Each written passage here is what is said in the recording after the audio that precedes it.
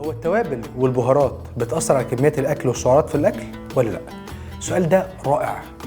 أنا سلاحي الوحيد اللي أقدر أساعدك فيه إنك تاكل بشكل كويس بعيد عن الملح والتوابل بالبهارات. أنت تقدر تستخدم حاجات كتير جدا، عد معايا بقى: فلفل أسمر، ورق لورا، حبهان، كاري، كركم، زعتر، كمية كبيرة من التوابل الميكستشرز مع بعض، ميكسات التوابل، السبرينجلز، حاجات كتير جدا تقدر تساعدك عشان تقبل اللي أنا بقول لك عليه أكل السخيف. اللي هو زي ايه مثلا؟ الرز المسلوق. كل الناس بتتضايق من كلمه الرز الابيض او الرز المسلوق، فتيجي يقول لك يا عم ده هو شويه السمنه ولا الزبده دي اللي بتخليه ريحه وطعم نعرف ناكله بيها. هقول لك اركنهم على جنب واستخدم عليه توابل، حط عليه كاري، حط عليه بابريكا، حط عليه ورق لورا وحبهان وكركم، فتلاقي ان الموضوع بقى مختلف جدا وانت بتاكل الرز. الفراخ، وكل الناس بتكره فكره الفراخ اللي هي ايه، صدور مسلوقه على النار او مشويه على النار دي على طول. عندك بقى كميه توابل وصوصز ايفن تقدر تستخدمها على الكلام ده.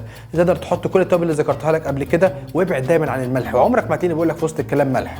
تقدر تحط عليه مثلا معلقه مستردة، تقدر تحط عليها معلقتين 3 من الزبادي، تقدر تحط عليها باربيكيو صوص، تقدر تحط عليها خل او دبس رمان، خل تفاح، خل بلسمي. فما تجيش تقول لي او تعتقد او تفتكر ان التوابل او البهارات هتعوقك ابدا في نظام التغذيه. يا اخي دي التولز الماجيك هاندز بتاعتك انك تقدر تستخدمها وانت بتقدر تاكل، وتقدر تتبل بيها الاكل وتضيفها على كل الاكلات. حطها على البطاطس، حطها على السلطه، حطها على الرز، حطها على الفراخ، حطها على اللحمه، حطها على كل اصناف الاكل بتاعك عشان تقدر تكمل فيه النيوتريشن بروجرام. كل سنه وانتم طيبين.